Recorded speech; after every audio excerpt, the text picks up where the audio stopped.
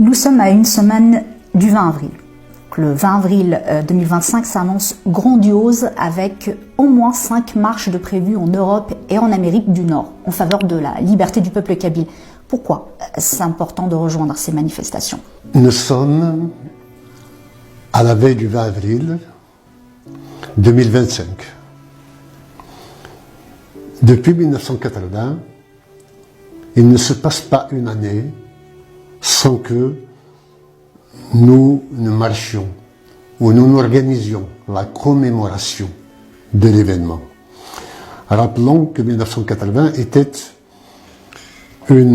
la première révolte pacifique de la Kabylie, après bien sûr la révolte armée, l'aventure armée du FFS de 63 à 65, dont nous avons tiré les leçons en tant que génération ayant succédé à celle du FFS.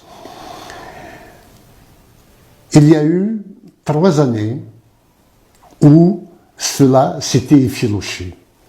C'était après l'Arrache. Moi, on venait d'assassiner mon fils en 2004.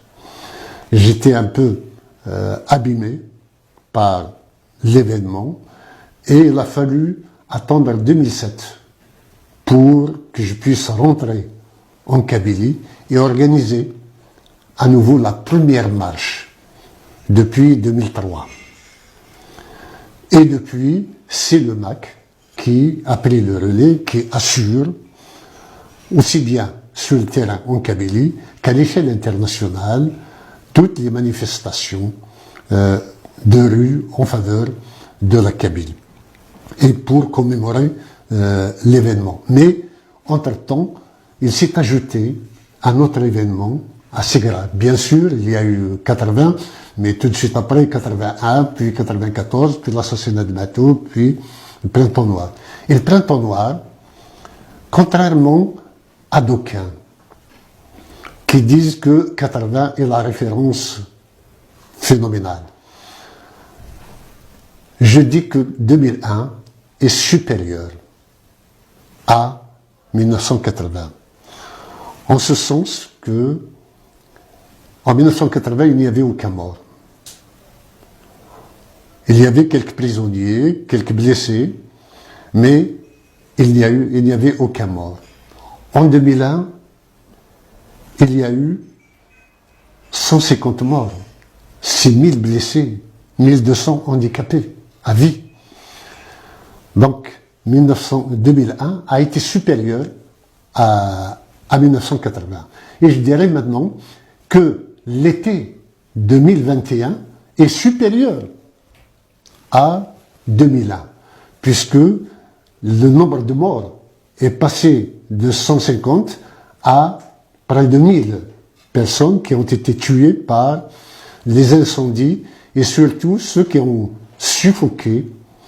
été suffoqués avec les gaz et les chaleurs alors qu'ils étaient atteints du Covid dans les hôpitaux kabyles qui en étaient remplis. Donc, plus on avance, plus l'Algérie devient plus barbare dans sa répression vis-à-vis de la Kabylie, et nous, plus elle est barbare, plus nous restons impassibles et nous revendiquons pacifiquement notre droit à l'autodétermination, alors que nous sommes réellement en état de légitime défense. Nous ne faisons pas comme Jésus ou comme Gandhi, on ne prête pas l'autre joue quand on reçoit une gifle pour en recevoir une autre, mais on se défend en restant digne.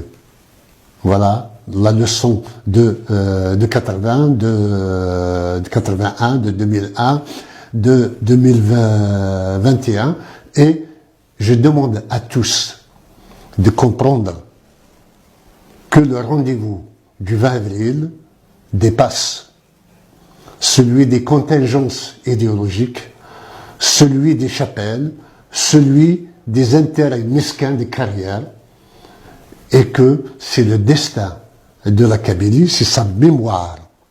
C'est la mémoire du peuple kabyle qui est en cause. Nous commémorons nos combats.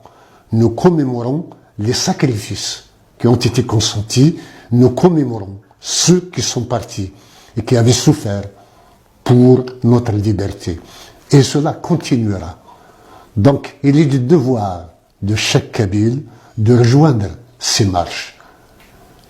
Se taire aujourd'hui, alors que nous avons, ou se terrer aujourd'hui, alors que nous avons des centaines de prisonniers politiques, des condamnés à mort, serait une forme de trahison de l'ensemble des sacrifices passés comme de ceux qui sont consentis aujourd'hui. Donc, je réitère mon appel à commémorer, où que vous soyez, le 20 avril, pour dire que la Kabylie ne baisse pas les bras. Elle se bat pour la libération des prisonniers politiques. Elle se bat pour son respect, le respect de ses droits en tant que nation, en tant que peuple.